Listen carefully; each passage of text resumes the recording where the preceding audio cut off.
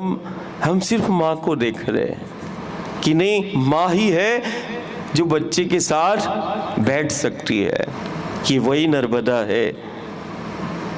ये गुणसूत्रों की अधिष्ठात्री शक्ति है। ये वो शक्ति है जो ब्रह्मांड की उत्पत्ति के पहले कण को प्रकट करती है। आज दुनिया शोध कर रही है कि ब्रह्मांड की, इतने बड़े ब्रह्मांड की उत्पत्ति कैसे हुई होगी, वो पहला कण कहां से आया होगा।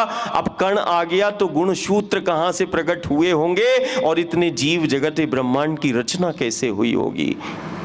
इस रचना के सूत्र कहां से आए, और रचना हो गई तो फिर संचालन के सूत्र कहां से आए होंगे।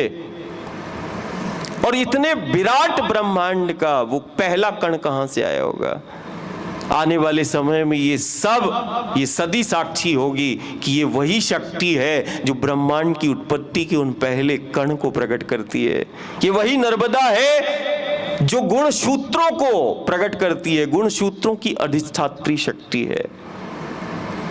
ये वो आदि शक्ति है कि शोध ये भी चल रहा है कि जीव जगत ब्रह्मांड की उत्पत्ति हो गई, रचना हो गई, लेकिन जैसे बच्चे को माता पिता ने जन्म दिया, वैसे ही जीव जगत ब्रह्मांड की जब उत्पत्ति होती है, लेकिन एक चीज और सबसे महत्वपूर्ण ये आती है कि नहीं, हम ये भी जानते कि हमारा जीवन, हमारी सुरक्षा, हमारी व्यवस्था सब चक्रों द्वारा संचालित हो रही है। एक चक्रीय प्रणाली है जीव जगत ब्रह्मांड की। जीव जगत ब्रह्मांड चक्रों में स्थित है। शोध का विषय है ये चक्र का निर्माण कैसे हुआ होगा।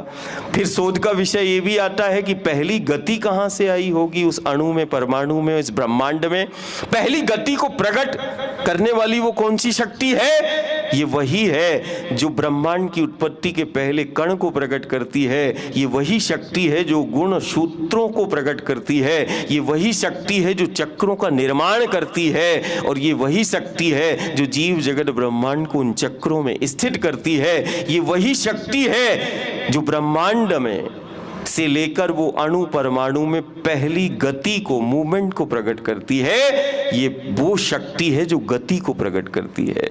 ये वो शक्ति है जो चक्रों का निर्माण करती है, चक्रों को गति प्रदान करती है।